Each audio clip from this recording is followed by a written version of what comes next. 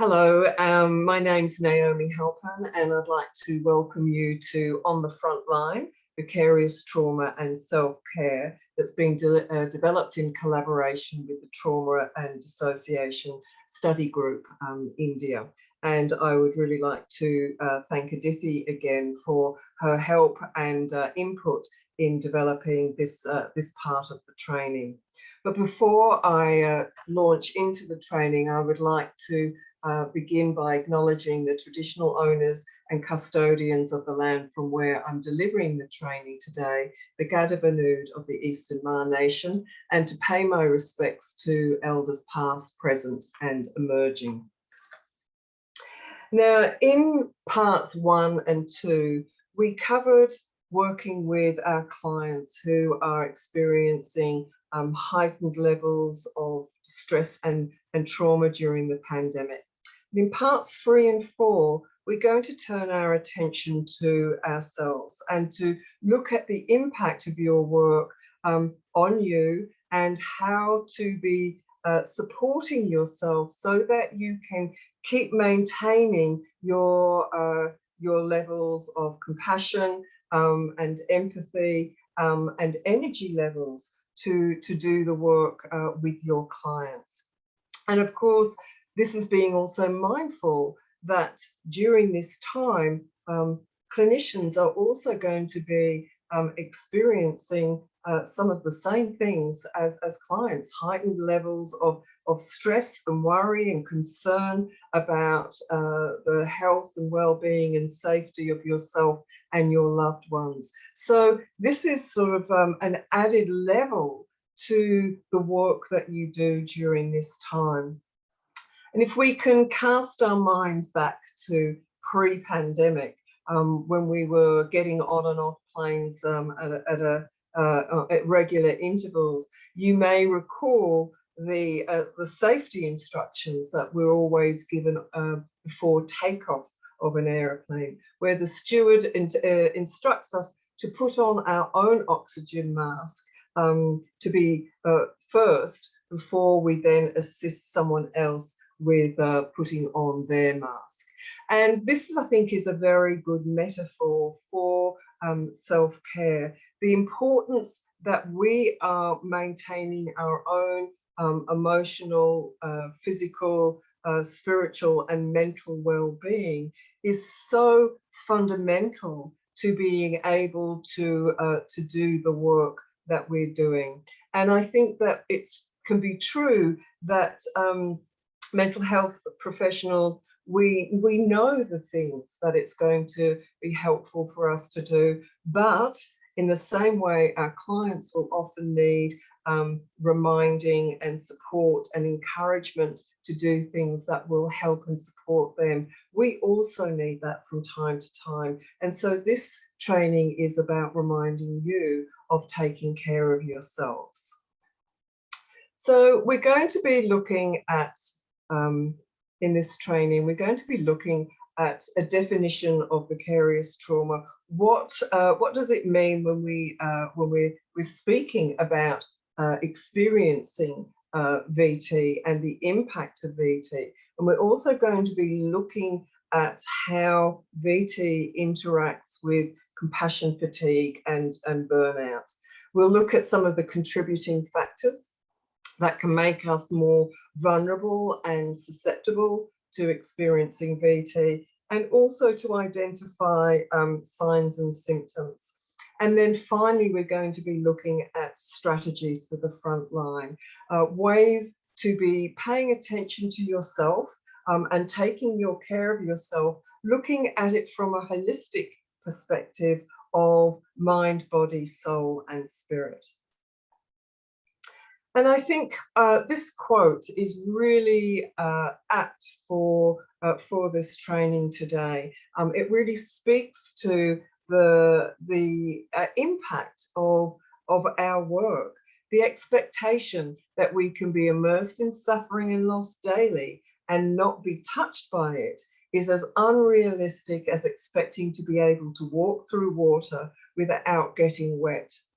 And I think that this is something that we do need to remind ourselves that, first of all, we are going to be impacted by the work that we do. We're human beings. And if we're not experiencing impact, then I think that would also be, a warning to us. What it is that is happening inside of me, that I'm not having responses to, distressing stories and experiences that my clients are sharing with me, and also some of the challenging behaviours. And so not having a reaction is as much of a kind of like a red flag to us around the impact of our work as experiencing, overwhelm or distress or increased anxiety, things that we may notice more readily. And so we need to see that vicarious trauma is, it goes with the territory.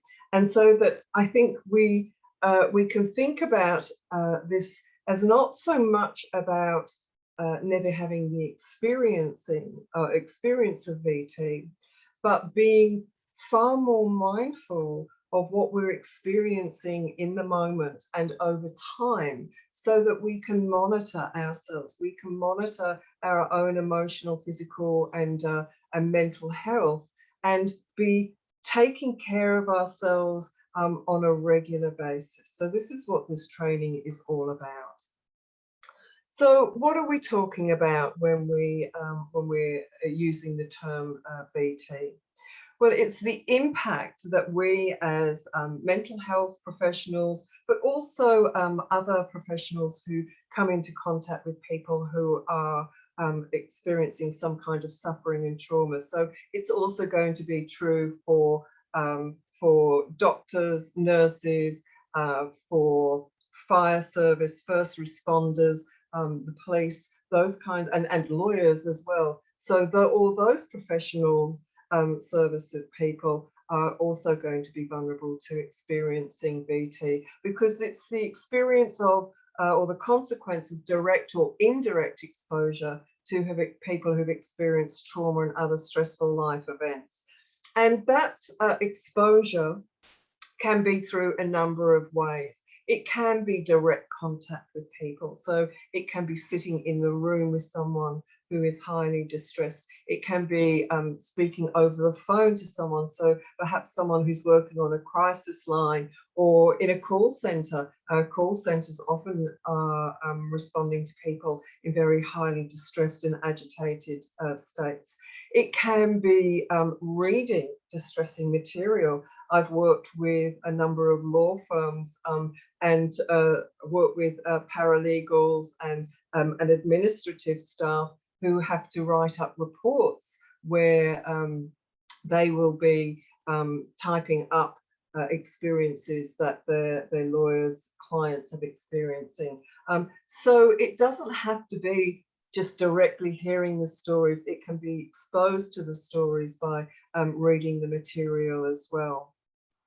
And one of the important things to remember about vicarious trauma is that if we as a professional also have a history of our own trauma, and we know from the research that there are a high number of people who work in this profession and who are in fact drawn to the helping professions because of their own experiences and wanting to be able to help other people who've had similar experiences. Now, the thing is around that can make a clinician a really wonderful therapist, because they can draw on their own experience and use that as a guide to supporting other people through their own experiences. But of course, even when a clinician has had their own therapy around their own particular experiences that have caused them distress or harm in some way, that these clinicians are going to be more likely, more vulnerable to experiencing vicarious trauma. And this is true even when they've done their own therapy, they have worked through the things that they need to, and that their lives are working well.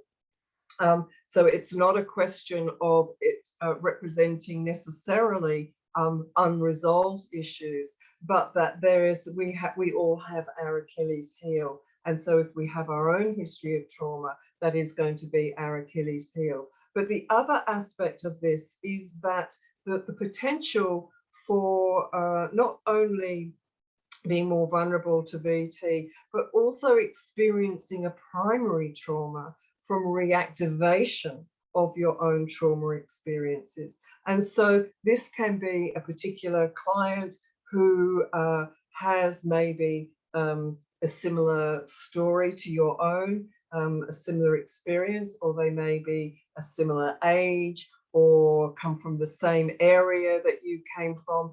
The triggers or the catalysts to our own histories arising can be quite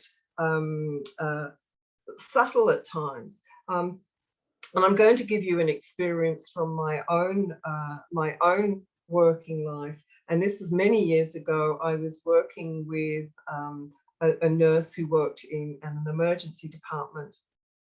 Now, she had had a terrible history of childhood trauma, and I had actually worked with her for a number of years before this particular session happened. And she came in and sat down and she said, Naomi, I know that we had discussed last session that we were going to talk about a particular thing, but I need to talk to you about what happened at work the other day. And she proceeded to describe an accident that occurred involving a couple of young children. I'm not going to go into details of that because I don't want to activate you. But all I want to say about that was that as she was talking, I could find myself becoming quite distressed and anxious. I could feel my heart rate rising, and I was thinking, oh my goodness, when's this story going to stop? I've had enough sort of like details around this. But at the same time, I was kind of confused about why I was having such a strong reaction. Yes, it was a very difficult story, but I had heard many difficult stories from this client at this time. And it wasn't until she was quite a long way through recounting this experience at work that the penny dropped for me. And I had that aha moment, like, oh my goodness, this is reactivating my own experience as a child of having an accident, being knocked off my push bike, and experiencing similar kinds of injuries that she was describing in these children. So we need to be aware that these kinds of experiences are likely to happen at different points in our career. But of course, at this time during a pandemic, when the things that your clients are going to be talking about are also going to be things that are uppermost in your mind in terms of your own health, safety, and well-being, those experiences are likely to be occurring more frequently, and they may also feel more intense because there's no real reprieve at the moment. The experience is ongoing. But of course, the thing is that what we need to be mindful of around traumatic experiences is that, and of course, the pandemic is really bringing this home to us, is that trauma isn't something that just happens to a sort of like group of people over there that are not my age or not my socioeconomic group or not part of my my particular culture. We can see from these statistics that traumatic experiences of some kind are very, very common. In fact, you're more likely to have had some kind of experience that would have been experienced as being traumatic than not. And then when we look at children, we see also that a large number of children are going to experience at least one traumatic event during their childhood. So let's have a look now at vicarious trauma in relationship to other experiences. So as we just talked about, vicarious trauma is the impact as a consequence of direct or indirect exposure to people who've experienced trauma. Now, these other terms, compassion fatigue and burnout, are often used very interchangeably with each other and also with vicarious trauma. And often we see them presented with someone experiencing all three. But what we need to also recognize is that they are actually different things. Compassion fatigue is when we are experiencing emotional and physical exhaustion to such a degree that our capacity and ability to empathize and to feel compassion towards our clients is really diminished to quite a degree. And what we might experience during, with compassion fatigue is, I guess, like a kind of numbness and emptiness and not feeling a response to someone's terrible story. And then, of course, there is burnout, which is an emotional, physical, and mental state of exhaustion, which is caused by excessive and prolonged stress. Now, we can see very clearly how, whilst these are, are different experiences, they're describing different states of being, that they are very much intertwined with each other. And this is why it's so important that we really monitor ourselves constantly, or be mindful of what we're experiencing, what we're feeling, how we're responding all the time, so that we don't find ourselves in the situation of our levels of distress and tiredness or overwhelmed by the work that we do escalates to the point where we're really sort of like burnt out and unable either to do our work or to do it effectively. And so we're going to look now at what are some of the signs and symptoms that we want to be mindful of that are indicative that we are experiencing high levels of stress and potentially vicarious trauma, compassion fatigue, or burnout. So as we go through the next slide, I just want you to sort of like monitor yourself and to think about whether this is something that either you're experiencing now or that you recognize that you have experienced in the past. So depression, fear and anxiety, feeling overwhelmed or shut down, PTSD, memory and concentration difficulties, hopelessness and despair, substance misuse and sleeping difficulties, weight loss or gain, and also a loss of libido.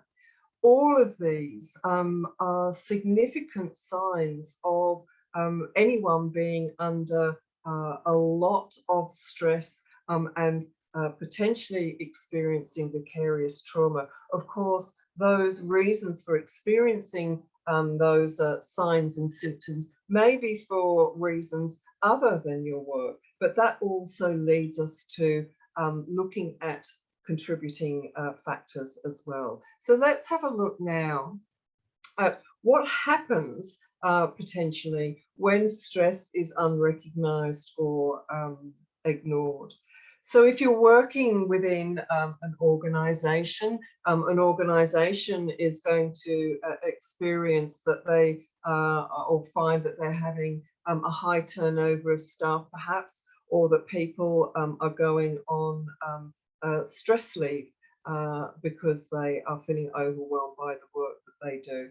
And of course, stress leave is costly for an organisation, but also when you have a high turnover of staff, not only are there additional costs in terms of recruitment and training someone, but also when an experienced clinician or other mental health professional leaves an organisation, they take with them all their knowledge and expertise in that particular area, as well as of that organisation.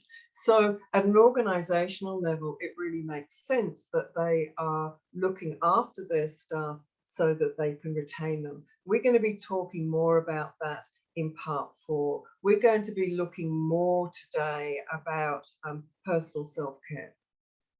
So if you're in private practice, and I know that there are high numbers of people who've been doing this training series are in private practice, the danger is of becoming increasingly isolated because you're feeling so overwhelmed and your levels of energy and your internal resources and capacities are diminished, that we begin to sort of like shut off the things that aren't absolutely essential to do, or that we in our mind think aren't essential. Of course, from the perspective that I'm coming from, maintaining contact with your colleagues and your networks is important, just as also taking care of your personal and family relationships. You may find that you are experiencing increased difficulty with clients and or your colleagues. When we're overwhelmed and stressed, of course, our tolerance levels are decreased. And so we might find ourselves responding in ways that we wouldn't ordinarily, and we've got less capacity to be open to other people and to be able to navigate challenging and perhaps difficult relationships with our clients, but also with colleagues as well. And in turn, that's going to filter down to our personal relationships as well, where we're going to find that we have less time and energy for our partner, for our children, for extended family members, as well as our friends as well. And then the final one is that we are going to be at an increased risk of developing health issues. We know very clearly the correlation between stress that is not managed, is not dealt with, can lead to illness and disease developing. And of course, we're going to become more accident prone as well, because if we are overwhelmed and stressed, we are less mindful, we are less paying attention to the things around us, and so we may be more careless in the way that we navigate the world. And when I'm talking about being accident prone, I'm not necessarily talking just about being accidents in cars or on on bicycles, those kinds of accidents, but also just things around our offices and homes. So you might find yourselves bumping into the corner of tables or filing cabinets, or that you're chopping the vegetables for dinner and you cut your finger. And these can all be signs of being distracted, not paying attention to what the task that we're doing, and so therefore being more accident prone. So the contributing factors to experiencing VT, we're going to have a look at those now. And of course, there is the nature of trauma itself. And when we are working with people who are highly distressed and traumatized, we can also experience feelings of distress and helplessness about other people's experiences. Now, of course, that is a very normal human response to feel distress or for someone else. Of course, that's one of the reasons we do the work that we do, because we care and we have compassion about people and what's happening in the world. But if we are, ground down over time by being so overwhelmed with different stories that we hear, we may experience levels of distress and helplessness that are not helpful to our clients, certainly, but also not helpful to ourselves. Then there can be an increase of anxiety about hearing someone's story and our mind immediately going to, what if this happened to me or someone I love? Now, I think that those kinds of thoughts are going to be even more at the forefront of people's minds during the pandemic, where there is a heightened risk and possibility for anyone to contract the COVID-19 virus. And so it's going to be very easy for your mind to sort of like slip down into that chasm of what ifs, and that can become very overwhelming and distracting. And of course, the other aspect of trauma is that it can make us question around safety and trust and meaning. Now, of course, the issue around safety and trust is also going to be heightened during the pandemic. People are going to be on heightened alert around have the people that they're coming into contact wash their hands? Are people wearing masks? Are people staying at home if they have any symptoms? Are they getting tested? Those kinds of things, of course, are going to be concerned. But also, this relates to when you're working with clients with a history of trauma and abuse, it can also bring up questions around institutions and people that perhaps previously you assumed or you just took for granted that these people and places would be safe. And then when you hear a client's story, it can cause you to become concerned about maybe someone or a school or a daycare centre or an aged care centre is not as safe as that you had perhaps thought previously. Then there is the nature of the clients that we're working with. And of course, clients who are highly distressed can present with some very challenging behaviours. They may present as, crying and overwhelmed. They may be frustrated, angry, agitated. They may at times present in quite hostile ways. And these can be, these are behaviours that we expect that they go with the territory. And in the normal run of events, we are trained and we develop experience in knowing how to respond to people with challenging behaviours. But when we're overwhelmed, that can become more challenging, more difficult to do that. And also our clients are going to be very often in very desperate situations, and may present as being very desperate and really looking to us to somehow fix their situation, to make it all okay, to have the the magic solution to the crisis that they're going through. And so we can also find ourselves with clients who have unrealistic demands or expectations of the help that we can offer them, but also the time frame of the help that we can offer them. People understandably are looking for quick fixes. How can I make this better soon? How can I feel better or change this situation?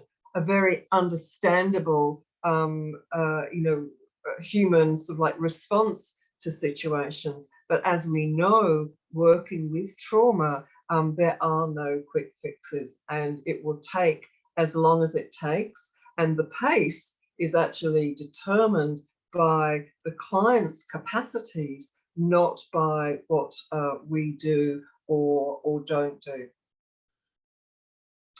Then, of course, there is what we bring into the situation, which is what we've already touched on briefly already. And so if we are in a situation in our lives currently that is difficult, stressful, or challenging in some way, it's going to make sense that our own capacities, resources are going to perhaps be stretched. And that may mean that we have less resources and capacities to offer our clients. So if you're going through any of these kinds of like normal life situations that any one of us may experience at different points in our life, and may also at different times have more than one of these events going on in our lives. We're not immune to life happening to us as well. That's going to be another layer or level of factors that can contribute to us experiencing vicarious trauma. And as I mentioned right at the beginning, if we have our own history of trauma or mental health issues, even if, as I said, that they have been worked with, we've really moved on in many ways from whatever those experiences were, it is going to create a heightened vulnerability or susceptibility to be impacted by the work that we do.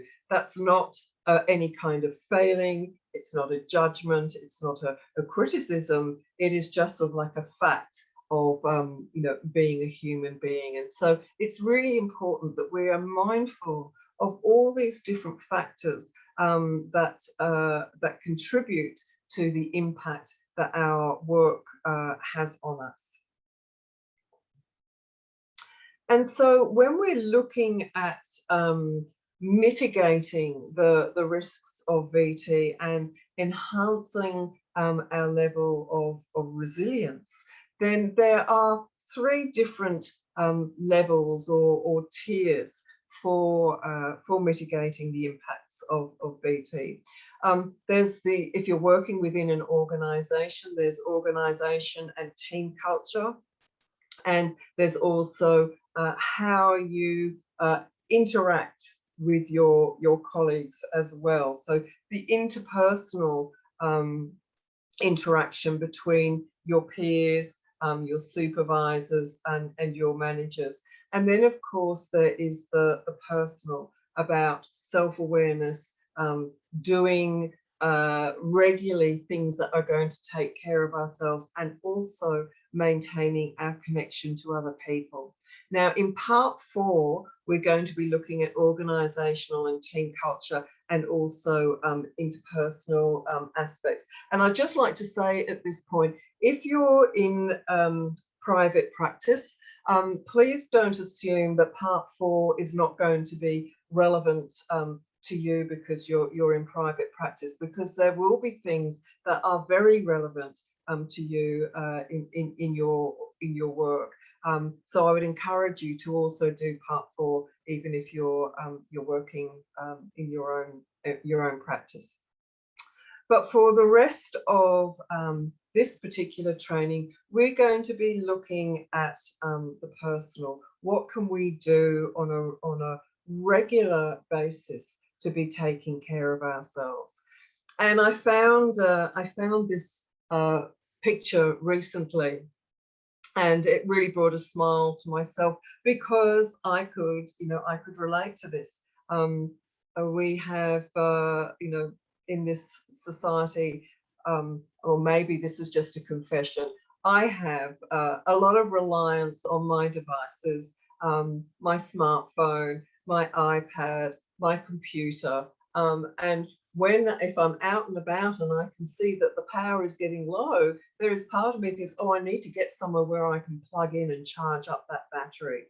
Um, and I think, a lot of us are perhaps a little bit guilty of this sort of, device dependence that we have. Although I have to say, I met someone the other day who doesn't have a mobile phone and doesn't drive.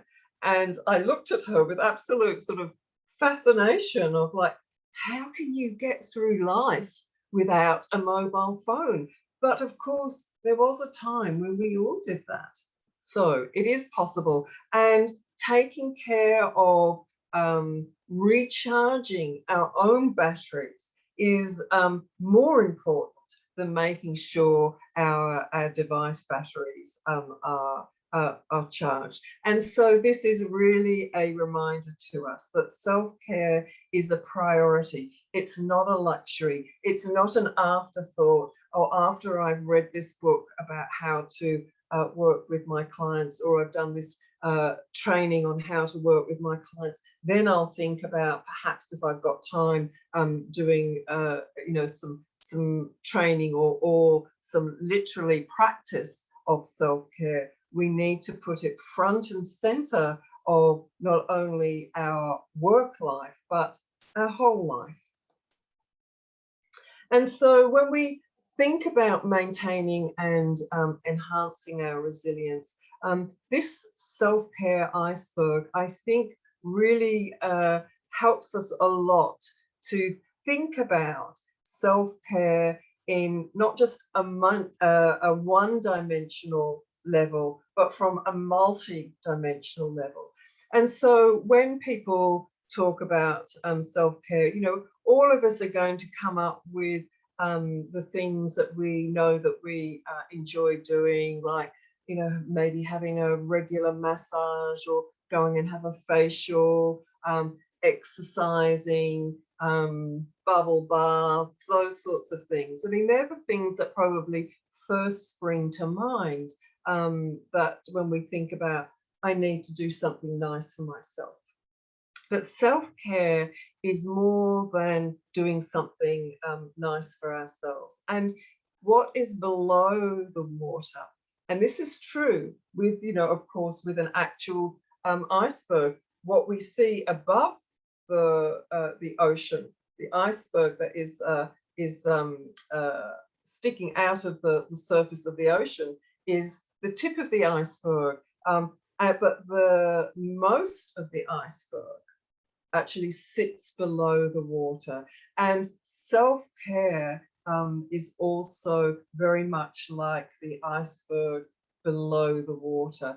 It's about paying attention to all of these aspects of who we are that may be more challenging, more confronting, perhaps take up more time, and perhaps more energy in the short term to pay attention to those things.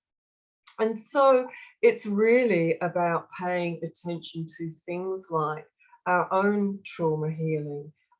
So to be, we may have done therapy in the past, but may also be helpful from time to time to go back to our therapist and perhaps revisit some aspects of our own story that may be being reactivated by a particular client or other things that are going on in our lives. It's about being able to set clear boundaries, set them and maintain them. And of course, this is something that is can be challenging for people in our work, in terms of how many clients that we see. I do a lot of case consultations with psychologists and social workers, and one of the things that I check in with them regularly is, well, so how many clients are you seeing in a day and a week? And very often, I'm getting the feedback that people are actually seeing more than is good for them, for their own their own health and well-being. And of course, if we're doing too much work, we're seeing too many clients, then it's also going to impact on the quality of the work that we're doing with our clients. Now, of course, during the pandemic, I really understand that your services are going to be experiencing a heightened demand, that you are going to be having more people in desperate circumstances contacting you, saying that they want to see you, whether it's in person, whether it's over the phone, or to join a particular group. And there's going to be a strong sort of pull to, I need to meet this demand.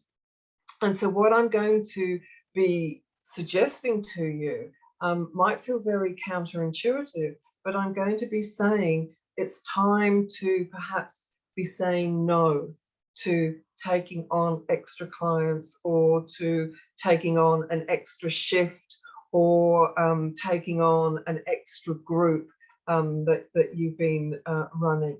Because whilst the demand is going to constantly be there, and you're never going to be able to meet that demand. And so just pulling your boundaries in and focusing on what you can do, what is a healthy and reasonable amount of work, number of hours, number of clients that you do, is going to be better for you and also for your clients. And I think this is one of the difficult things for us as mental health professionals, is really, we know it in our heads, but holding it and accepting it in our hearts is that we cannot be there for everyone. We cannot help everyone. And so it's more helpful to be focusing on doing the best that we can with a smaller number of people, rather than stretching ourselves very, very thinly, and perhaps not offering the best of ourselves to our clients.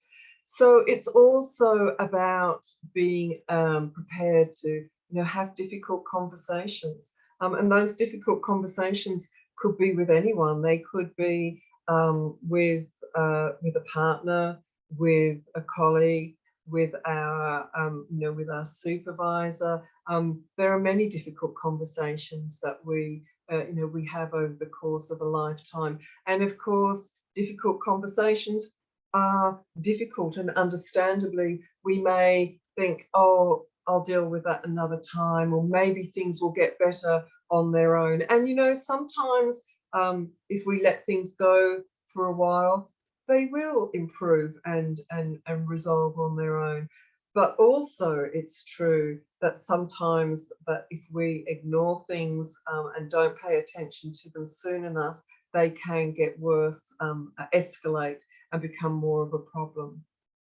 So letting ourselves experience all our emotions, getting proper rest, taking some time out on a regular basis. It doesn't have to be, a huge chunk of the day. And we're going to be talking about mindfulness a little bit later. But taking time out to just sort of like sit, do nothing, just sit with what we're experiencing, and paying attention to our inner world is going to be really helpful for being able to identify stresses and then think about what other things it might be helpful for us to do. But just sort of like sitting and being with ourselves can be replenishing on its own as well. And of course, this enables us to learn from our own triggers, to identify in the moment, whether it's with a client or whether it's in some other area of our life, where our own issues get activated, and what we can do in the moment to calm ourselves down and soothe ourselves if we may become triggered, but also as a step towards, okay, I need to really pay attention to this particular issue that I may have worked on previously, but it sounds like, or I feel like it's needing some more attention. So taking care of ourselves, self-care, is doing those things above the surface, but it's also about paying attention to those things below the surface. And that's what we're going to be exploring now, and approaching who we are as human beings from a very holistic perspective. From a mind perspective, looking at our thinking and the way that we understand our world, our body, our behaviors, how we're taking care of our physical health, also our soul, our emotional self and well-being, and of course the spirit. And when I'm talking about spirit, I'm talking about something that is greater or broader than a particular faith or religion or religious practices that someone may have, which of course spirit encompasses religious beliefs and practice, but is also greater and broader than that, because there are going to be people who don't belong to or identify with or practice a certain a particular religion, but have a spiritual self. We all have a spiritual self that it's important to connect with and to nurture in different ways. And so these four aspects of ourself need to be balanced in different ways. And when we're out of balance, when things are out of whack, we notice certain things in these different parts of self. So at the soul level, we can either become flooded and overwhelmed with our emotions, or we can become numb and shut down and disconnected from our emotions. And they look and they feel very different, but they are part of the same continuum of being out of balance emotionally. At a spiritual level, people may experience an existential crisis. They may, when they're surrounded by and immersed every day in the things that can go wrong in this world, on this planet, in people's lives, it can bring up a feeling of, well, what's the point? Why are we all here? If we treat each other in such terrible ways at times, or we treat the planet with such disrespect, then what's the point of all of this? And an existential crisis is really quite common amongst mental health professionals at different times. At a cognitive level, we can experience a lot of distortions in the way that we are thinking. In the same way we see cognitive distortions in our trauma clients, the way that they're thinking, the way that they process information, and the impact that can have on the choices and decisions that they make can be quite disruptive. And then finally, at the body level, we're looking at our health, our physical health, how we take care of our bodies, but also looking at that risk-taking behaviour propensity that I mentioned earlier, if we're out of balance. So to explore ourselves from this mind, body, soul and spirit level, we're going to just quickly revisit our brains, which we looked at in part one in relation to our clients, but now we're going to be applying these concepts to ourselves. And so when we're talking about looking at ourselves at a holistic level, mind, body, soul and spirit, we're looking really at tapping into different parts of our brain. So the primate brain, the neocortex, where our thinking arises from, where we make sense of information, where we process information, our capacity for language, imagination, ideas, all those sorts of things are a primate brain function. And also mentalization, of course, very importantly, our capacity to think and feel clearly, and to be able to see how other people experience us as well. In terms of the mammalian brain, we're talking about the limbic system. So this is where our habits stem from. It's where our emotions arise from, our feelings, and our relationships, how we interact with each other. And of course, deep within the limbic system, we've got the lizard brain, the amygdala, which is the the alarm system that goes off if we're overwhelmed, stressed, frightened. It's where our fight, flight, freeze and collapse functions generate from the amygdala. And so when we're talking about taking care of ourselves at an emotional level, it's also about being able to recognize those different stress responses within ourselves and what we need to do to take care of ourselves, to be able to calm and regulate ourselves. And then at the reptilian brain level, the third part of the brain is where it's our instinctive brain, where we register whether we're hot, cold, tired, thirsty, hungry, those basic bodily functions, our heart rate, our breathing. And so what we're going to be looking at now is to how we can take care of ourselves by tuning into these different levels of our own brain.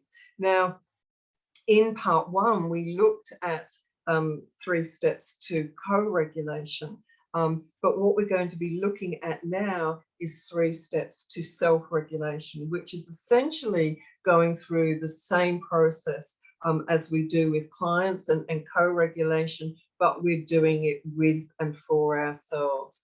And so, first of all, we want to be able to regulate our stress response. So it's about noticing when our heart rate is up, when we're feeling anxious or nervous or frightened, and what we can do to soothe and calm ourselves. So things like deep breathing, all the things that we do with our clients, focusing on our breath, slowing it down, and as we're slowing it down, just sort of like reassuring ourselves, like, it's okay that you feel like this, Naomi. You've got it. You can deal with this. We'll find a way to get through this. So calming and soothing and having compassion and empathy for yourself. Rather than saying, oh, Naomi, you're an idiot. Why did you do this? Or look at the mess that you've got in yourself in now. It's more about saying, okay, let's just sort of like be in the moment with what we're feeling. Just let myself feel that. It's okay to feel that. And then I can move into my primate brain and reason and think, okay, so what's the best solution to this? What do I need to do now? Who might be able to help me with this particular issue? So applying all those steps and processes that we do with our clients to help co-regulate, we want to apply to ourselves to be able to self-regulate. And so we're going to look now at how, with each different aspect of self and each different part of the brain, we can find strategies that will help us maintain our self-care practices and enhance and strengthen our resilience. So first of all, we're going to look at the mind, which of course relates to the primate brain.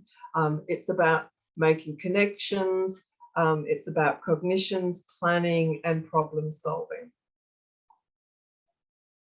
So first of all, with our primate brain, we want to challenge those cognitive distortions. You know, that critical self-talk, that that goes on in our heads that tells us we're stupid, or you know, we're not good enough, or you know, you're an idiot, other people are smarter, or whatever. All of that stuff that if we just sit quietly for a moment, we can, you know, we can hear, we can recognize is going on.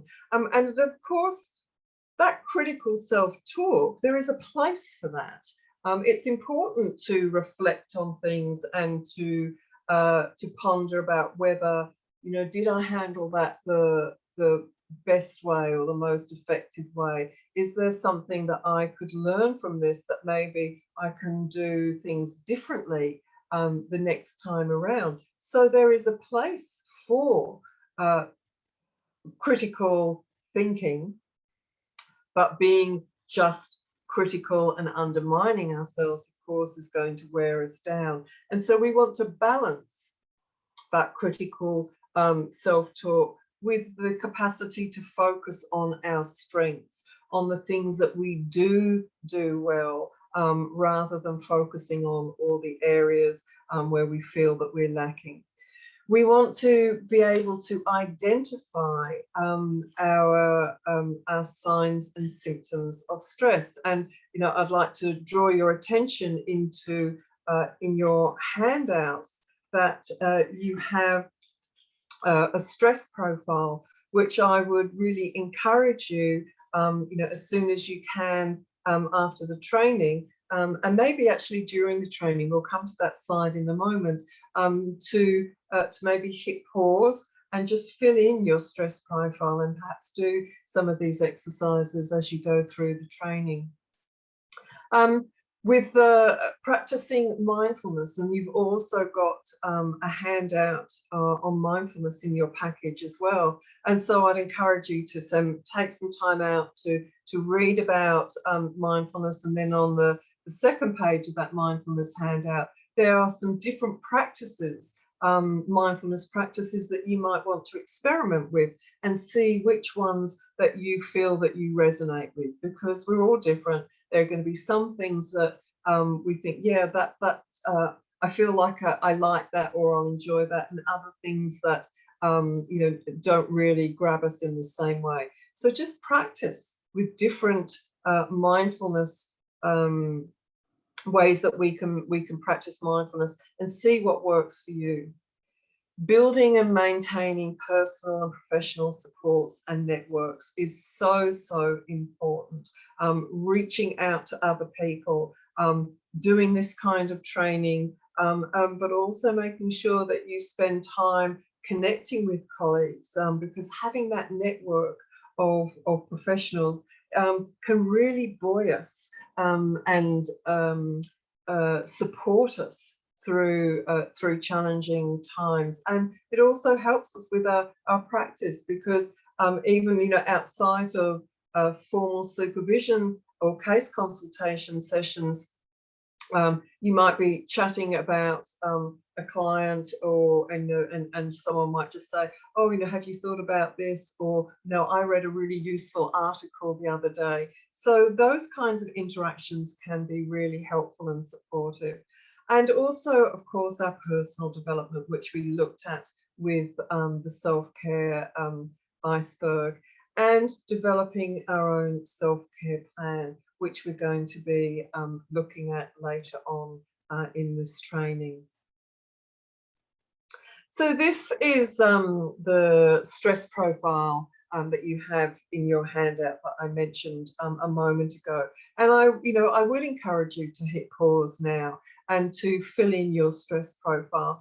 And how we do this is that in the stress factors, just write some dot points of the things that you identify in your life that cause you stress or contribute to stress. So I'm not just talking here about work situations, but things in any aspect of your life. It might be in your relationship, it might be with kids, it might be with with parents, finances, whatever it might be, but just to list your stress factors. And then to also list your signs of stress too. What are the things that you notice within yourself that are an indication to you that that you're stressed? Do you hold stress in a particular part of your body, your neck or your shoulders? Do you become more irritable? Do you lose your appetite? Do you experience sleeping difficulties? So just list a few of the things that you recognize are your particular signs of stress. And then move to this section of the stress profile and list unhelpful stress management strategies that you employ. And when I say unhelpful, these are the strategies that we know that work in the moment and give us an instant quick fix of feeling better. But in the in the longer term, we know that if we keep doing these things, they don't really resolve anything, and that they can become a problem in themselves. So unhelpful stress management strategies might be eating too much. It might be sort of like, oh, I'm just going to have a piece of cake or cookie, and push down those feelings. And of course, we get all that sort of like feel good hit from the sugar and the comfort factor of those kinds of foods. It might be drinking too much alcohol. It might be smoking too many cigarettes. It might be binge watching your favorite TV show. And of course, all of these things in the short term may help sort of like decompress, but we know that they aren't actually assisting in resolving those things that we are finding stressful in our lives. And then think about the helpful stress management strategies that you do. Are you someone who goes for a walk regularly? Do you swim? Do you do yoga or meditation? Do you have particular classes that you enjoy doing, like pottery or cooking or art, or you read? I mean, whatever they might be, to list all the things that you do that are helpful stress management strategies. And of course, the thing is that when things are going relatively smoothly in our lives, it's much easier to maintain a routine. It's much easier to maintain particular practices and do those things that are good for us. But when we're stressed and overwhelmed, the times when we perhaps need to more draw on those helpful stress management strategies, we are more likely to tip over into this quadrant and look for the quick fix that is going to give us immediate relief, but isn't actually going to help maintain our mental, emotional, and physical health, and won't deal with the underlying causes of the stress, of the stresses that we're experiencing. So this is an opportunity to kind of like be really honest with ourselves and fill in this stress profile. And what's helpful about committing it to paper is that, as with goal setting, as we're going to look at later on in the training, when we commit something to paper, it kind of makes it more real, and it helps us take that step towards making a commitment to, small steps to change the things that we want to change. Okay, so let's move on now to the body. And this, of course, is where we are tapping into the reptilian brain of those regular bodily functions of whether we're hungry, thirsty, tired, warm, hot, cold, whatever it might be, and monitoring our physiological arousal. And so this requires us to really take care of ourselves at a physical level. So making sure that we take regular breaks, not skipping meals. I think, and I was talking about our dependence on our devices earlier. And I think, you know, we do so much work on computers, and even more now during the time of pandemics, where you may be doing more sessions via, you know, Zoom or other video platforms, spending more and more time in front of our screens. And it's very tempting, and particularly if you might be writing a paper, or you've got case notes to write up, it can be very easy to think, okay, I'm going to grab my lunch and I'm going to finish off these case notes, or I'm going to do some research on Google and eat as you're doing this work on your computer. I'm going to be really encouraging you to not do that, but to be taking time away from your desks, to be sitting somewhere, you know, preferably out of your, you know, your offices, going out into the fresh air if it's a, you know, a nice day, and where you're obviously, you know, allowed to go depending on what restrictions are around you. But taking time out to just eat properly and have a break, and to focus on what the experience of eating. And mindful eating is one of those mindfulness practices that you'll see in that handout that I spoke about a moment ago. To also look at having a balanced diet, to make sure that you are you know, putting good things into your body, not you know, and again, I don't want this to be coming across as, you know, do this and don't do that, because that's not who I am at all. And I think, you know, everything in moderation. We want to enjoy our lives. We want to be able to, you know, eat things that are, you know, fun and enjoyable, and not just be rigidly focused on, you know, on eating a certain amount of fruit or vegetables or whatever. We want to have a balanced diet. And so it really does mean taking maybe a bit more time out to plan what we're going to eat, and so that we're not just eating on the run. Of course, exercise, we know the importance of exercise, not just for our physical health, but also for our mental and emotional health. And again, you don't have to be someone who is, you know, a real sort of, you know, loves exercise and is always down at the gym or going for a run. It can be taking a walk around your local park. It can be, you know, just doing gentle exercise, you know, and it might be sort of like just, you know, doing stretches at your desk, you know, chair yoga, but just keeping that body moving on a regular basis, and also regular health checks. And you know, one of the things that's certainly been on the news more in Australia is that during the pandemic, and particularly during those times when we've been in lockdown. Currently, Sydney in New South Wales is in a hard lockdown at the moment.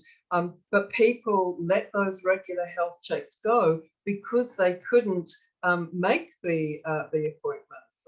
If it wasn't sort of like an urgent thing, they couldn't make the appointments. And so this has meant that people are really behind on things. And that's something I think to be very mindful of, to make sure that you're going to your regular, you know, dental, mammograms, pap smears, blood pressure, whatever health checks are important for you to take, that you keep up with those, that you don't let them go. And so in terms of setting a goal, a self-care goal, which you're going to be doing at the end of the training, that might be something that you think, oh yes, you know, I'm really, you know, I should have had that dentist appointment 6 months ago, or you know, my mammogram was due a few months ago, I must really check in with that, or just for a regular overall health check. That might be a goal that you set. And of course, the other thing too is sleep hygiene. And we spoke about that in, I think, in part one in terms of clients, but I'm going to be talking about it again for self-care, because of course it's something that we can be experiencing difficulty with sleep patterns during heightened times of stress as well. And so focusing on sleep is a really important factor for maintaining self-care and keeping our resilience levels really high. And one of the things that we know is that women have a much higher level of insomnia than men. And of course, there are biological factors that that are related to this as well. And that is, of course, all the, at different stages of women's lives, the different hormonal things that are going on. So when a woman is menstruating, when a woman is pregnant, after she's had a baby, all these different and going through menopause, incredible time when you might have been slept well all the way through your life. Menopause hits, and it all goes out the window. But you can tell I'm speaking from experience here. And so there are lots of biological factors for women that we need to be mindful of in terms of the perhaps higher potential for experiencing sleep difficulties. And of course, these being even more so during times of stress. So we're going to revisit some information around sleep hygiene. But before we do, I'd like to talk a little bit about CBT for insomnia and medication. There is a lot of research that short-term CBT for insomnia can really help people shift difficulties in sleeping patterns, because it focuses on the beliefs, the habits, and the behaviours around sleep. And we're going to be looking at that a little bit more in the next slide. And so CBT for insomnia really addresses the underlying causes of the sleeping difficulties that we may be experiencing, not just the symptoms. Of course, the other way that people may go is to think about medications.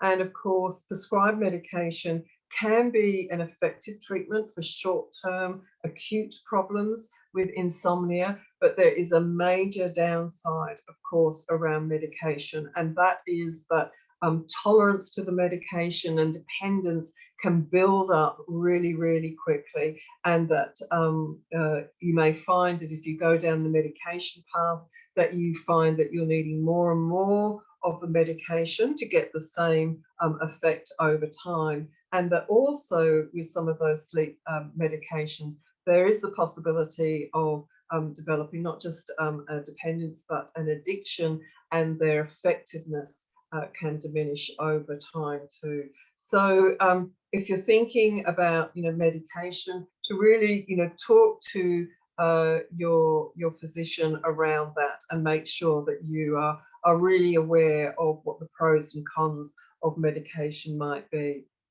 But there are lots of things that we can do to practice what we call sleep hygiene. And the ones in that I've bolded are the things that I think are the most obvious and easily done. And that is to reduce things like our caffeine, nicotine, and alcohol intake. Again, I think it can become a bit of a cycle where you're having difficulty sleeping, so you drink more caffeinated drinks during the day, whether it's coffee or tea or sugary drinks to keep you awake. And then, of course, then you have more difficulty getting to sleep because your body's full of caffeine. So it becomes a vicious circle. Alcohol, we know, can help us feel sleepy and get off to sleep. But then when the liver gets really activated around about 3 o'clock in the morning and starts processing all the toxins in our body, then that's when we're going to find that we're brought out of sleep, and it can be really difficult getting back to sleep. So it's sort of it can backfire in the long term. Switching off our devices is perhaps one of the most useful things to do, at least 30 minutes before we go to sleep, longer if possible, because we know that the light that is emitted from those devices interferes with the release of melatonin in our brains, which of course melatonin is the hormone that tells us it's time to go to sleep. And so that light will interfere with that process. Investing in a really good mattress and block out blinds. If you're someone who is a light sleeper, any light that can get in through your windows is going to be enough to sort of like trigger you to wake up. So block out blinds can be really helpful. And if it's safe for you to do where you live, having some fresh air, opening your window and having some fresh air circulating through the room is really important too. The room temperature, we don't want it too hot and we don't want it too cold, but fresh air can really help. And also practicing deep breathing as well. You might want to do that like before you go to sleep, to just focus on your breathing, maybe doing like a body scan and just releasing tension in different parts of your body. And of course, that's something, if you do wake up in the night, that you can focus on your breathing and just, slow things down. And that might help you get back to sleep. And even if you're still having difficulty getting back to sleep, just for focusing on your breathing will help you be more rested. So, taking care of our sleep is really, really important to self-care. I can't emphasize that enough. So let's move on now to look at what we can do in terms of the soul and our emotional self and our values. And of course, now we're in the mammalian part of our brain, where our emotions and feelings are generated, and also where our relationships, our capacity to relate and form connections with others is all about the mammalian brain and the limbic system. And this is something, this first point here is something that I spoke about at the beginning in terms of, one of the dangers of the work that we do when our mind goes down that track of what if this happened to me or to someone that I love. That is a real slippery slope to becoming overwhelmed by the work that we do. So rather than imagining what if this happened to me or to someone I love, it's more helpful to sort of like shift our thinking to, I'm really sorry that this situation has happened to this person. What I want to do is to, help and support in the best way I can. What can I do to support this person through their experience? So we're shifting the mind away from, the personal and into what can I do? And we're gonna speak a little bit more about that when we come to look at empathy and compassion. Allowing space for our feelings, especially feelings of anger, shame, and grief. Now, I think one of the things that it's important to recognize, and that maybe sometimes therapists can have difficulty acknowledging to themselves or talking about it in their supervision or their peer groups, is these difficult emotions that we all feel. And I think, and particularly if we are feeling them towards a client, that we may have a client that that for whatever reason brings up a lot of anger within us. And then we might feel really ashamed of that, but oh, this client has been just through such terrible things, and here I am feeling, angry, toward them. I must be a terrible, awful person. And then, the shame comes up. And of course, this anger and shame response, we're going to be looking at the connection between this a little bit more in the next slide. But when we try and push away and ignore those feelings, as we know, anything that we try and push away and ignore is going to bounce back even stronger. And so we need to create space and allow space for all our feelings, and to be open to them and compassionate towards ourselves around the feelings that we have, and to explore why does this particular client bring up such a strong feeling of anger for me, and of course the grief that we can feel for for our clients, for the circumstances that they're in. It's important to allow ourselves to feel that, and also to remember that grief that we feel for our client's situation may be tapping into some of our own grief for situations that have happened to us. And so really, the message here in terms of the soul aspects of ourselves is really about being in touch with ourselves and allowing ourselves to work with our feelings, support ourselves to do that in the same way that we will encourage our clients to do it, and to really stay tuned to our values and purpose, and also our sense of humor.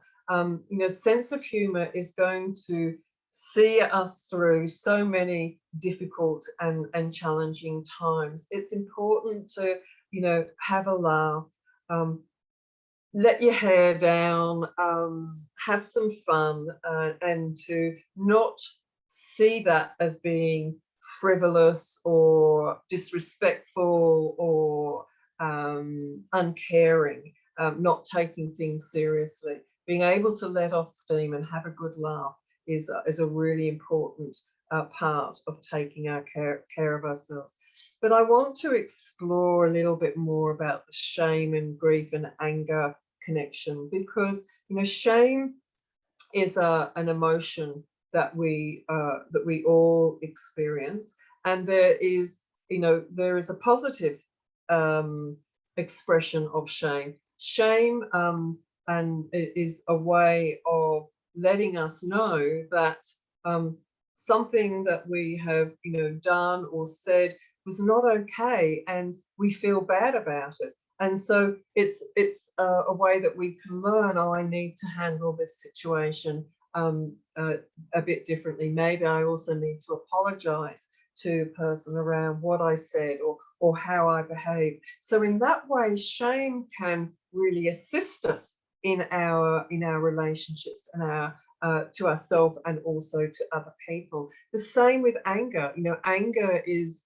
a communication to ourselves that some boundary has been crossed, something is not okay, and that we need to take some action. But when we get stuck in shame or anger or grief, then it can really interfere with our capacity to not only feel good about ourselves, but also in our relationships and in our work to support other people. So it's helpful to identify how shame presents, or how shame shows up within ourselves. So we're going to briefly explore the shame compass, which was developed by Donald Nathanson, and he talks about four faces of shame, or four points on the compass. And we're going to start here with withdrawal. And withdrawal is probably the shame response that we most obviously sort of like recognized. So it's when someone kind of like really flushes, they look very embarrassed, they might sort of like turn away, that they have difficulty making eye contact, and they might stutter and have difficulty getting their words out. So that's withdrawal. But on the continuum of withdrawal, because all of these shame responses have a continuum, as you move down that continuum, the person who withdraws with shame may withdraw from people around them. So this is a person who may become more and more isolated, because if they're not around other people, then they don't have to experience their shame. We're going to look at now the attack self point on the compass. And when we're talking about attack self, we're talking about the person who, on the lower end of the continuum, might have sort of like self-depreciating, self-deprecating sort of like sense of humor, who will, crack jokes about themselves and be able to laugh at themselves, which of course it's important that we can laugh at ourselves from time to time and not take ourselves so seriously. But as we move along that continuum, we see that attack self point on the compass of shame is the person who constantly puts themselves down. I am such an idiot. I'm so stupid. I don't know why you bother with me. I'm not worth it. Those kinds of comments is someone who's turning that shame, inward and becoming very stuck in shame. And of course, that attacking self can also become the person who may have self-harming behaviors as a way of trying to alleviate their shame. Shame builds up so much that perhaps cutting themselves or some behavior like that might be a way of down regulating from that heightened level of shame. The avoidance point on the shame compass is the person who really deflects their shame and projects it onto someone else. So this is the person who says, oh, well, if you've got a problem with this, that's your problem. It's not my problem. I'm okay with it. There's something wrong with you. It's not me. Is that avoidance point? And so it's the person who may have more of a tendency towards narcissism and grandiosity. And so as we move along that continuum, we see the person who may be involved in risk-taking behaviours as a way of moving them away from shame. That might be the person who is more seductive in the way that they interact with other people. And also we can see in terms of risk-taking behaviours, this might be someone who gets involved in risky sort of like sports, puts their life in danger. Now, of course, I'm not at all suggesting that people who do extreme sports are all, avoidance on the shame compass. But this is just one aspect that might be manifested in that response.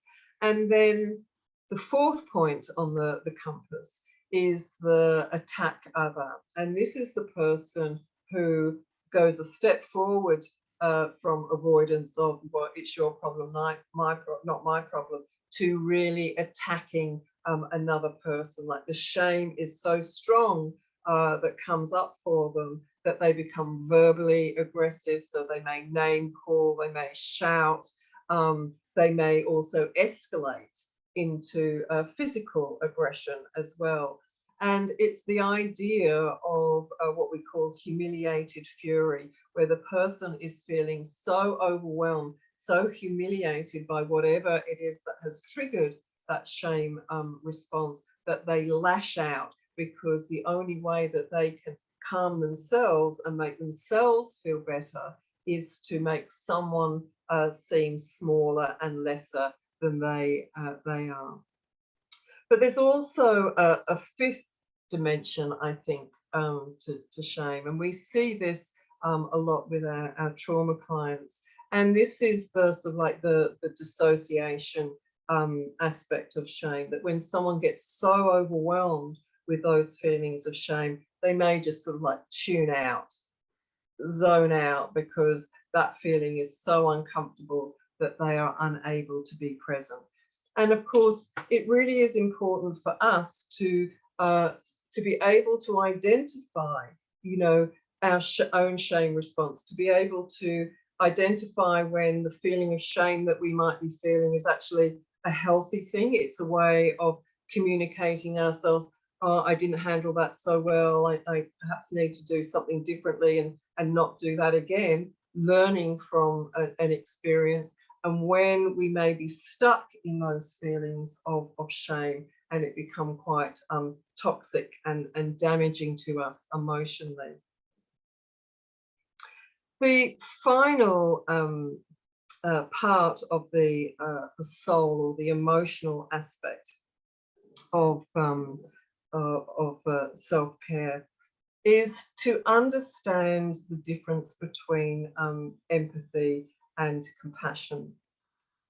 Now, empathy is when we resonate with someone else's suffering. So this is when, you know, our client is sharing a story of their particular experience and their pain, that we are also at the same time feeling their pain, but also tapping into an experience of that emotion that they're experiencing too. So it might not be that we've had the same experience as them, but that we identify the emotion that they are experiencing. And so we're alongside that person in that experience of pain.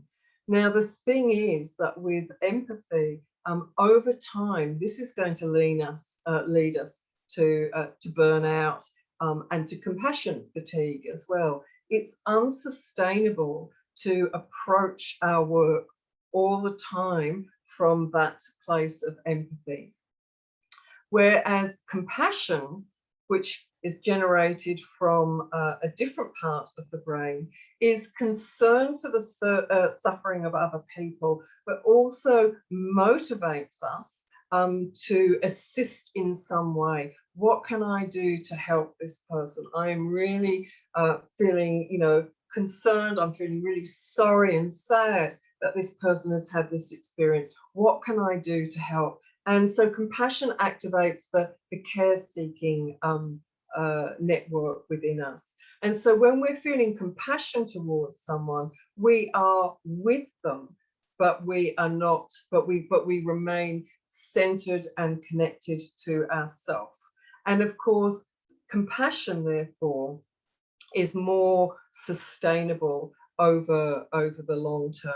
Now, the reality is, you know, when we're working in therapy with people, we actually need to be able to draw on both empathy and compassion at different times. But what's helpful for us to keep in mind is that these need to be, you know, balanced out, and that we want to be more connected with and in touch with compassion over time than the empathy. It's kind of like smaller doses of empathy, because empathy, whilst we're feeling for that person, empathy doesn't necessarily motivate us to help someone. It means that we kind of like, we get it, we identify with what it is that the person's experiencing. So just to keep in mind the differences between empathy and compassion, and make sure that you're focusing on developing that compassion part of yourself, and being more protective of the empathy side, or being more discriminating around how much of the empathy that you bring forward with each particular client or in each particular session.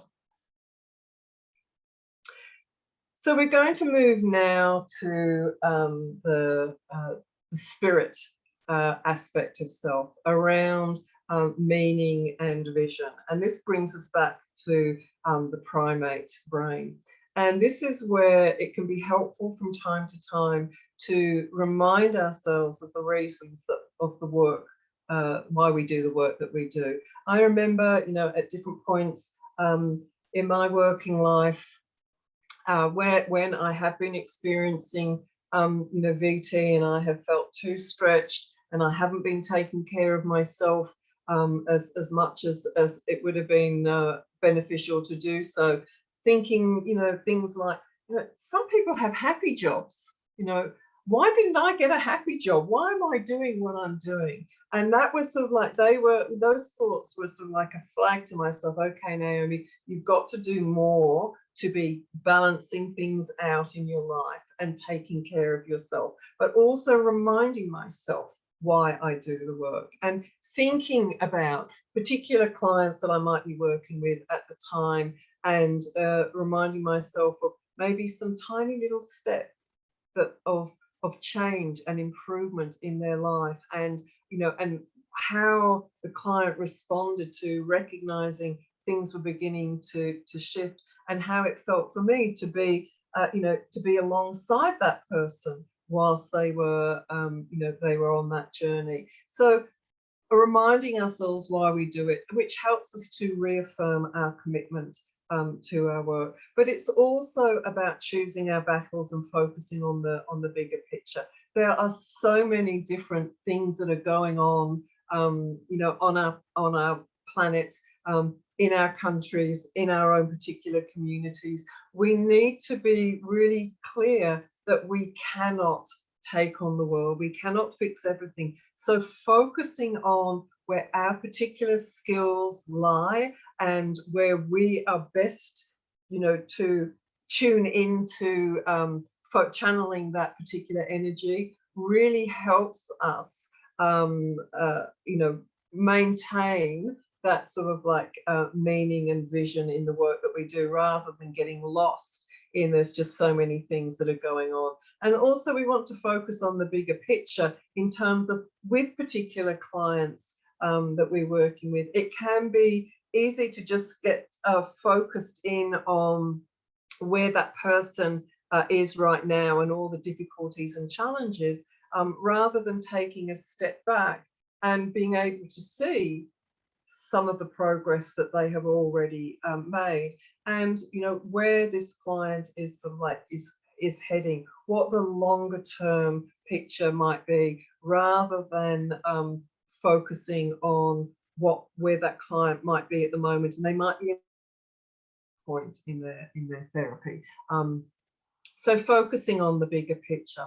And it's also, I think, helpful for us to be mindful of, we've talked about all the things that can be challenging and difficult, and that can cause us a lot of distress around the work that we do. But it's also, I think, important to recognise the possibility of post-traumatic growth as well, and that what we can gain and learn and grow from by bearing witness to our clients' journeys, by being exposed not to just the suffering and the trauma in the world, but also being exposed to human resilience, to courage, and to the goodness that we see around us as well, and having that experience of being meaningfully involved in our clients' journey too, can really help us grow and develop as individuals as well. And I really love this line from a Leonard Cohen song: "There's a crack in everything, and that's how the light gets in."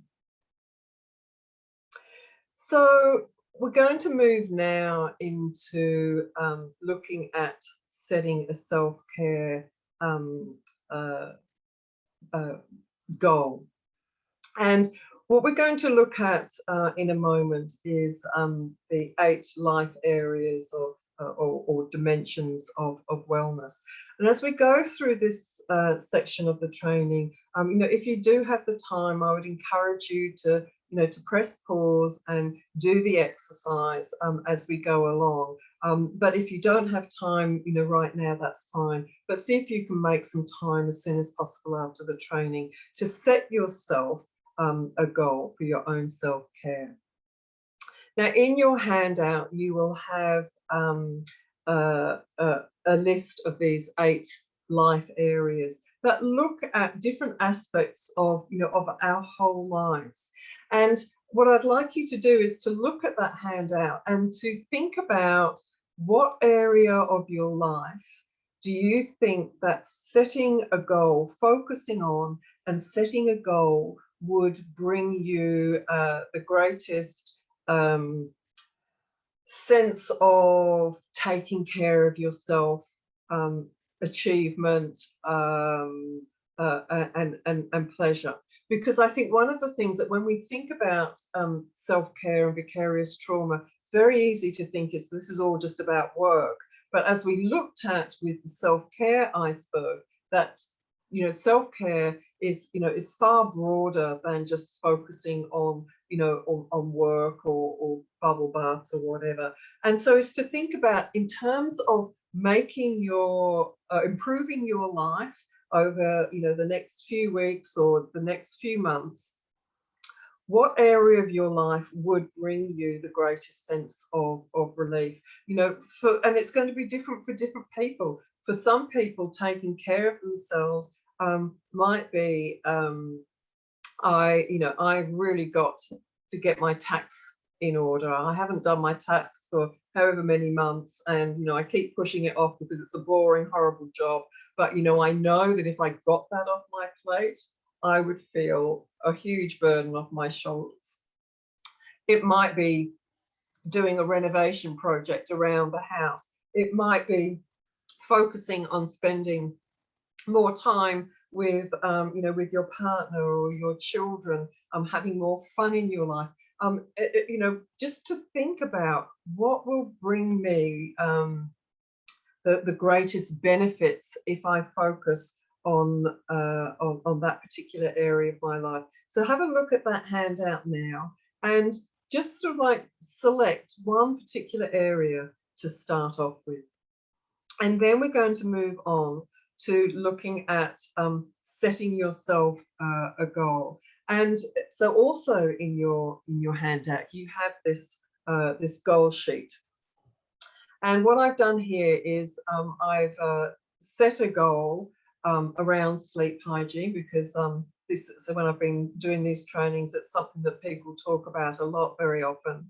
And so what I've done is to sort of like set out a goal so that you've got an idea of what I'm talking about in terms of setting the goal out very, very clearly. And the reason to do this is that if we don't specify exactly what our goal is and why we want to achieve it, it's harder to actually put a goal into practice. So the clearer we are and committing it to paper, the more likely we are to be supporting ourselves to, actually work on that goal and to achieve it. So with the sleep hygiene one, I want to develop healthy sleep patterns. Why do I want to do that? Because it will improve my energy, my mood, physical health and functioning in all aspects of my life. And the steps that I need to take are switch off my devices 1 hour before bed and do something relaxing. I'm just going to close my blind because the sun's just coming into my window right now. Excuse me. So the steps I need to do are switch off my devices 1 hour before I go to bed and do something relaxing. So that relaxing might be just sit and listen to some music. It might be to read a book. It might be to have a shower. Whatever you might find as a relaxing thing to do. So now I've got too little light. Sorry, I've got a light problem here.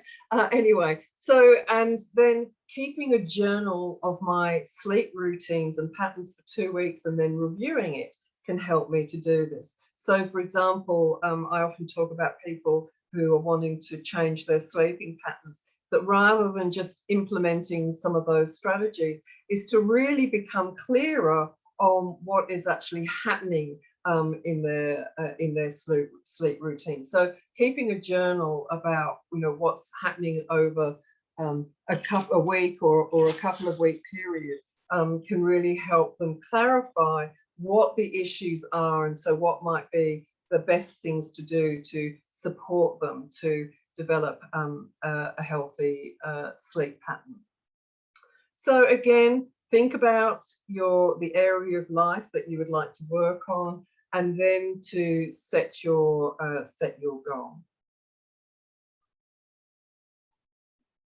And we're nearly end of this training now, and so I'd like you to just bear in mind the 7 factors of resilience. Emotion regulation, being able to calm ourselves down, soothe ourselves, and control our impulses. To be able to have empathy for ourselves, and causal analysis, to be able to be clear around why things happen, what are the reasons certain things are happening, and to therefore be able to be clear on what steps we may need to take to change things. Having a self-efficacy, being able to take charge of certain situations. That doesn't mean to say we don't feel distressed or upset, but when those feelings come up, we can find ways to navigate through them.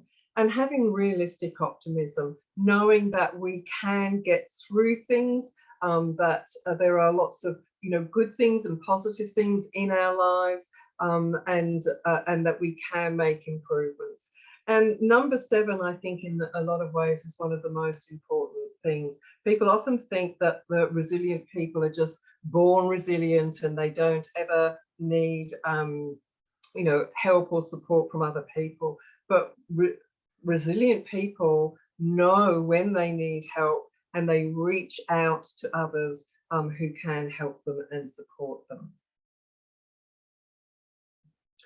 And my acronym for self-care is it's the word breathe, because focusing on our breath, of course, is very central to self-care. So focusing on our breath, reaching out to other people, eating well, accepting our imperfections. We all make mistakes. The issue is not about never making mistakes, but allowing ourselves to learn from them and being compassionate toward ourselves when we make them. Making sure we take regular time out, a few minutes every day, as well as time out for fun things, weekends away, outings with our loved ones. Hygiene, I'm talking about sleep hygiene, really focusing on making sure that you develop and maintain healthy sleeping patterns. And of course, exercising, taking care of our body, takes care of our physical health, as well as our emotional and mental health. So always remember to breathe. And finally, before we move to a closing meditation, to just remind yourself that there is help out there, that if you find that implementing these self-care strategies is not helping as much as it used to in the past, or that you would expect it to, please reach out and seek support. VT is an occupational hazard. It's not a weakness, and there is help and support out there. So allow yourself to reach out and get help. So to finish off now, I'd like to invite you to join me in a short meditation on the breath. So just let yourself sit comfortably. Put your feet on the floor and place your hands in your lap. And if you feel comfortable to do so, just let your gaze drop into your hands, or to close your eyes. And now I invite you to just focus on your breathing. It's breathing normally in and out. letting your breath come and go, allowing it to find its natural rhythm.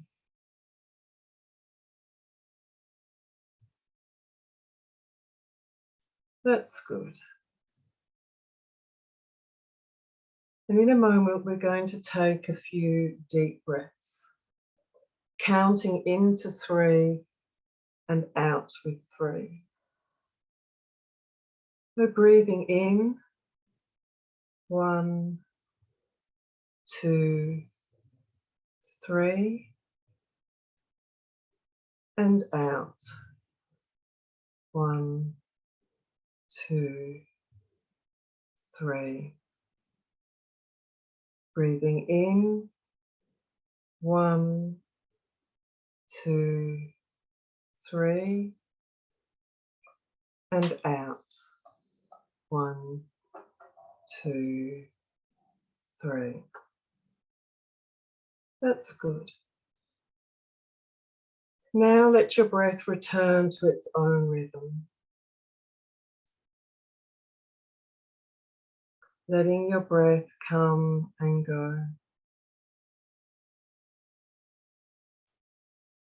And as you follow your breath, allow whatever comes into your mind to be there.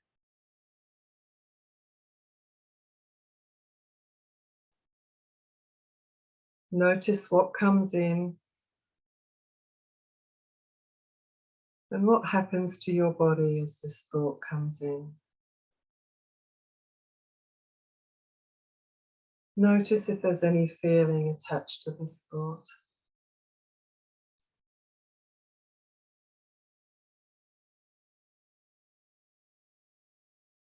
And focus on staying in this very moment, exploring what is. Noticing your thoughts come and go.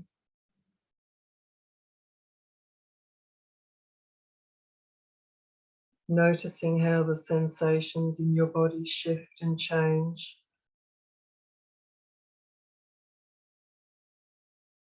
Noticing any small shifts in your feelings. And if a distressing thought or image comes in, don't fight it. Just let it come. Noticing the changes you feel with this thought, image, or feeling.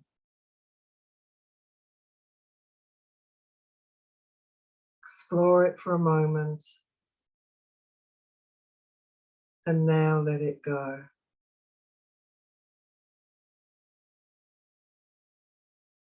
You are not your thoughts or your bodily sensations or your feelings. You're something more than that.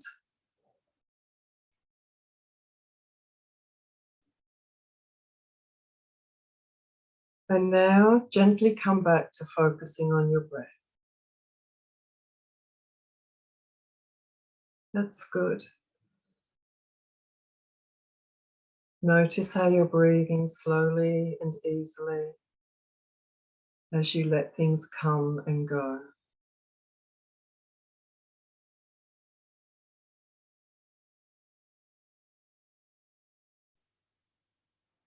And in a moment, you're going to hear the sound of a cymbal. And when you hear that sound, gently begin to move your fingers and your feet. You might want to stretch out your arms. And then just slowly and gently open your eyes and bring yourself back into the room when you feel ready.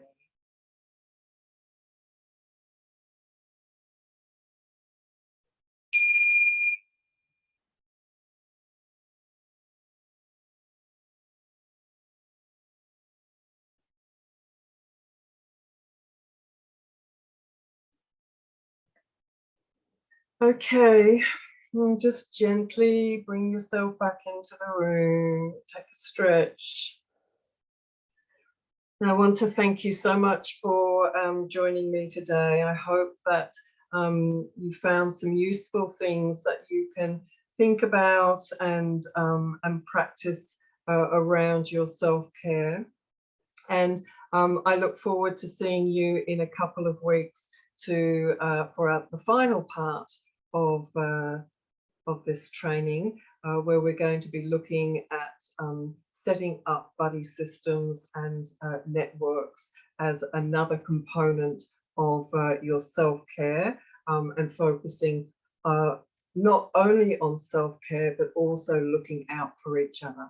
So until then, stay safe, everyone, and look forward to seeing you soon. Bye for now.